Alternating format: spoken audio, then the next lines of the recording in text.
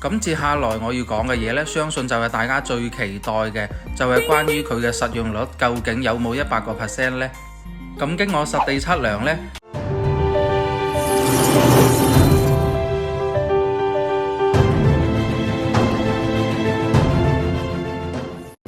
，Hello， 大家好，我係楊生。咁我而家呢就嚟到珠海唐家灣高新區呢個片區啦。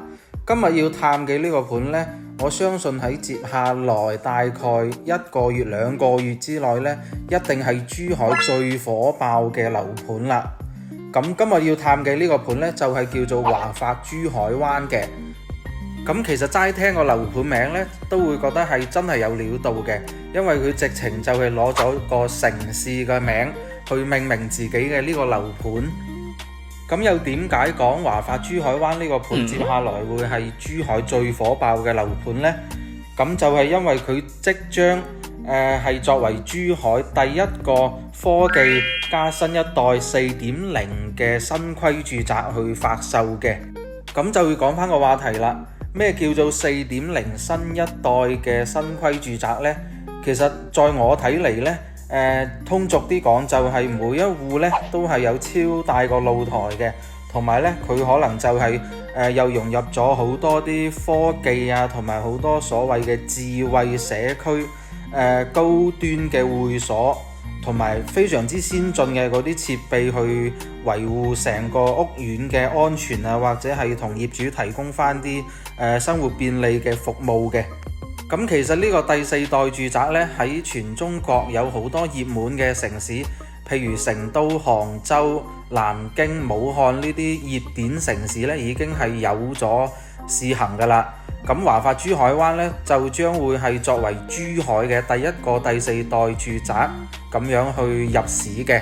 咁我亦都相信呢，由華發珠海灣呢個樓盤開始之後，珠海每拍出去嘅一塊地呢，咁相信基本上會有好多發展商會開始去同政府報建申報，去規劃第四代住宅咁樣去入市噶啦。咁其實對於房地產市場嚟講，係一個非常之有里程碑式嘅呢個開端嘅。咁又講翻華發珠海灣呢個樓盤呢，佢去翻港珠澳大橋口岸嘅路程，咁就係40零分鐘，23公里嘅呢個路程。距離項目最近嘅高鐵站呢，就係唐家灣站，離項目呢大概就係10零分鐘車程嘅。咁距離項目2公里內呢，係會有2個中型嘅商圈，一個係叫做港灣鄰里匯，咁第二個呢，就係叫做唐家古鎮嘅，咁都係揸車10分鐘之內就可以去到嗰度消費行街嘅。咁如果再遠少少呢，就係揸車10零分鐘可以去到高新區嘅寶龍城廣場嗰度嘅 shopping mall， 咁大概呢都係15分鐘車程嘅。而家我哋鏡頭見到嘅呢，就係華發珠海灣未來嘅小區大門口啦，可以見到呢，成個設計同埋裝修呢係非常之大氣同埋豪華嘅。咁都見到門口係泊咗一架無人機喺度展示嘅。亦都係通過呢種方式講俾業主聽，科技呢係造福人類嘅，無人機配送外賣嘅時代呢就真係準備嚟到㗎啦。但係其實我個人認為呢，方便就的確係方便嘅，而且非常之有科技感。但係以後會唔會對小區園林內部會造成啲噪音影響呢？咁我哋都可以見到發展商係已經準備好晒開盤嘅現場，準備迎接首個珠海第四代住宅嘅開盤日㗎啦。咁齋係從個小區大門口呢，都可以感受到發展商係非常之用心去設計，同埋所有嘅裝修用料成本呢都係非常之高嘅。唔單止有一棵羅漢松啦，仲有非常之多嘅展示面都用咗好多玻璃面同埋鋁板面嘅。咁我哋而家睇到嘅位呢，就係華發珠海灣會所嘅地下車庫環境啦。咁其實喺珠海可以做到呢啲地下車庫嘅裝修標準嘅呢，無非就係嗰幾個富人區嘅豪宅盤啫。咁通過呢啲細節呢，都可以感受到華發珠海灣呢個樓盤嘅定位呢，就一定係豪宅盤嚟嘅。喺啱先個地庫泊好架車之後呢，咁入到嚟就係會所嘅內部啦。咁個會所內部呢，裝修用料同埋佢嘅檔次呢，都俾人覺得係去到咗啲5星級或者係啲7星級嘅嗰啲酒店內部嘅。而家鏡頭見到嘅呢，就會所前台啦。咁成個會所嘅項目呢，都係非常之豐富嘅。咁我哋而家見到嘅呢，就健身區，呢度嘅健身器材嘅種類呢，都係非常之豐富嘅。無論係跑步機啦，或者係鍛鍊腳部啊、手部肌肉等等嘅器材呢，都係應有盡有嘅。咁亦都可以見到會所係屬於下沉式嘅設計，都可以望到啲瀑布景嘅。咁成個會所除咗健身區之外呢，仲會有瑜伽室啦，同埋蒸拿房啦，同埋中式理療嘅嗰啲 SPA 啦。咁亦都可以見到佢嘅健身室嘅專業程度呢，係不輸出面嘅專業健身房嘅。咁我哋而家呢，又嚟到會所嘅另一角啦。咁呢度見到嘅呢，就係蒸拿房同埋游泳池嘅個人物品箱區域啦。咁再行到過嚟呢，就係室內嘅恆溫泳池啦。可以通過我鏡頭感受到呢，係名副其實嘅豪宅先有嘅會所泳池標準嚟嘅。成個裝修檔次呢，亦都係唔輸出面嘅嗰啲5星級酒店嘅游泳池裝修嘅。咁相信呢啲會所標準對於香港朋友嚟講呢，就真係非常之到位㗎啦。咁先前亦都有講過，佢嘅會所同埋小區大門口呢，係做咗下沉式嘅設計，所以我哋而家呢，就上咗嚟園林嘅呢一層啦，亦都係地面嘅第2層。咁其實華發珠海灣目前最明顯嘅缺點呢，就係成個盤唔係現樓，係期樓，需要去到明年嘅年底先有得收樓嘅。雖然當下呢個房地產市場呢，係一定唔建議去買期樓嘅，但係我相信珠海房地產市場會有好多人會認可翻華發國企嘅呢個牌子，去選擇翻佢嘅期樓都唔出奇嘅。咁而家正前方見到嘅呢個係佢第2個泳池，室外嘅露天泳池嚟嘅。咁成個樓盤嘅物業管理呢，亦都係華發公司自己去負責翻嘅。物業管理費呢，亦都係3蚊雞1平方。咁其實呢個管理費價錢呢，就真係好抵買嘅，我個人認為。因為目前市面上大多數嘅普通樓盤呢，都係收緊2蚊9或者係3蚊雞1平方。咁華發珠海灣作為第4代住宅，小區物業管理模式呢，又係引進咗好多科技設備嘅情況下呢，3蚊雞1平方呢個同價位呢，就顯得係非常之抵噶啦。咁我哋而家呢，就入咗嚟佢嘅樓下入戶大堂啦。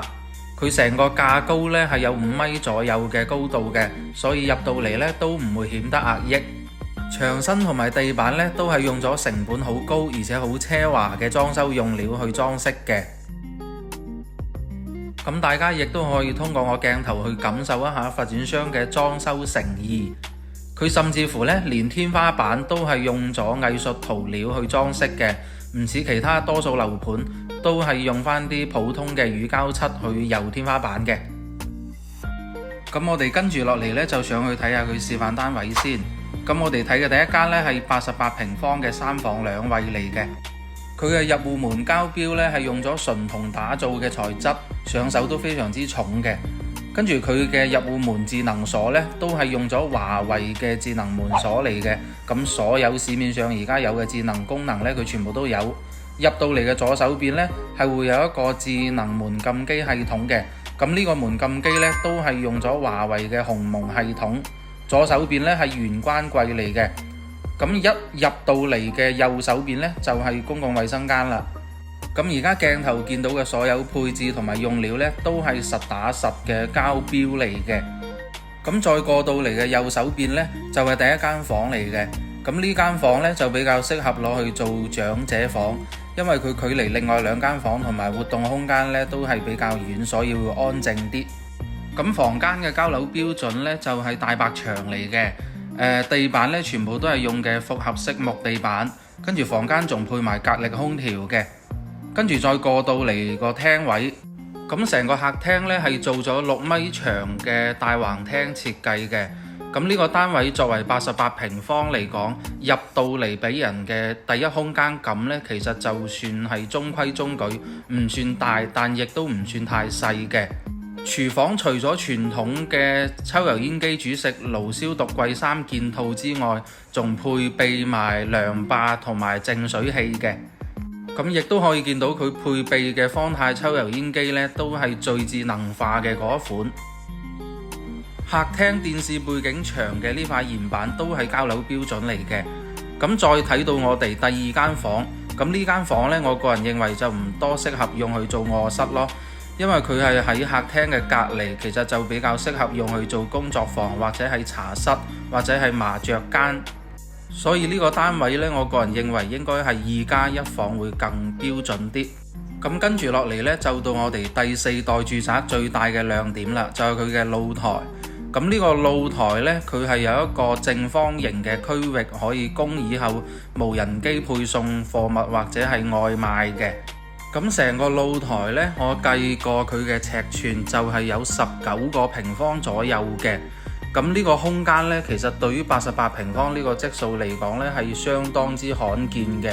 目前喺珠海係冇任何項目可以喺呢個面積段做到咁大個露台嘅。咁其實完全係可以喺度種花種草，或者係擺翻啲台凳凳喺度嘆下午茶都冇問題嘅。咁而家睇嘅就係最後一間主人房啦，主人房都帶埋一個套廁嘅。咁接下來我要講嘅嘢呢，相信就係大家最期待嘅，就係關於佢嘅實用率究竟有冇100%呢？咁經我實地測量呢，佢由入戶門開始計，佢嘅單位內部包含埋所有牆體之後呢，佢嘅實際得房率面積呢係達到咗92個平方左右嘅，係完全超過咗佢嘅88平方建築面積嘅。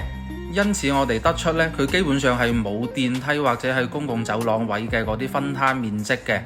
呢一點呢都代表咗佢係一個非常之合格同埋標準嘅4.0住宅。咁跟住落嚟，我哋睇嘅呢個單位呢，係115平方嘅大3房單位嚟嘅。咁佢嘅入戶門同埋門鎖呢，包括佢嘅門禁機，亦都係用咗同樣嘅華為智能品牌嘅。咁入到門嘅右手邊呢，係會有一個好得意嘅儲物空間嘅。咁呢個空間呢，坐喺度着鞋或者係堆放啲雜物都冇問題。咁再過到嚟嘅左手邊呢，係公衛。右手邊呢，就係一個將近8米長嘅大橫廳啦。咁公共衛生間而家見到嘅呢啲配置同埋裝修用料呢，就係1:1嘅交樓標準嚟嘅。咁實際我哋而家睇嘅呢個單位呢，就係佢嘅交樓標準，電視背景牆都有嘅。咁呢個戶型呢，佢嘅露台呢，就係分開兩側。咁而家見到嘅呢，係客廳嘅呢個主露台。咁長度呢都係有8米嘅長度，總面積呢係會有將近15個平方嘅呢個露台。咁發展商用嘅露台護欄呢都係全玻璃面同埋鋁板嘅扶手。咁到時全屋呢都會有配備空調嘅，應該都係用翻格力或者係同級別嘅空調品牌。咁而家嚟到嘅餐廳位，個餐廳嘅空間呢都足夠擺翻6至8人位嘅餐台啦。咁廚房除咗傳統嘅抽油煙機3件套之外呢，亦都係加埋淨水器同埋涼霸作為交標嘅。咁可以見翻都係預留咗雙開門嘅雪櫃位。廚房嘅廚櫃面料呢，都唔係傳統嘅鋼琴烤漆面啦，都係用翻啲啞光嘅高級灰嘅板面。咁而家睇到嘅呢，就係呢個單位嘅無人機送外賣平台啦。亦都可以喺度擺翻啲台凳凳喺度飲翻杯咖啡，嘆下下午茶都冇問題嘅。同埋呢個單位呢，係可以望緊我哋嘅小區中心嘅露天泳池嘅，就非常之有度假 feel 噶啦。咁呢個露台呢，都係有將近10個平方嘅面積嘅，其實都相當於係一個細房間嘅空間噶啦。咁再入翻嚟嘅左手邊呢，就係我哋剩低嘅3間房嘅房間區啦。房間區呢，就冇乜所講嘅，而家見到嘅呢啲硬件呢，全部都係佢嘅交標。咁我哋亦都係重點嚟講翻呢個單位嘅實用面積亦都係經我實地測量呢，呢個115平方嘅單位，佢嘅套內包含牆體嘅得房率呢，亦都係超過咗佢嘅建築面積115平方嘅呢個數字嘅。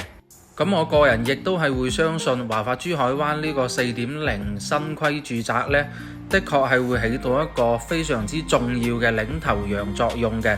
相信珠海樓市之後會不斷有發展商去加入呢個4.0新規住宅嘅時代啦。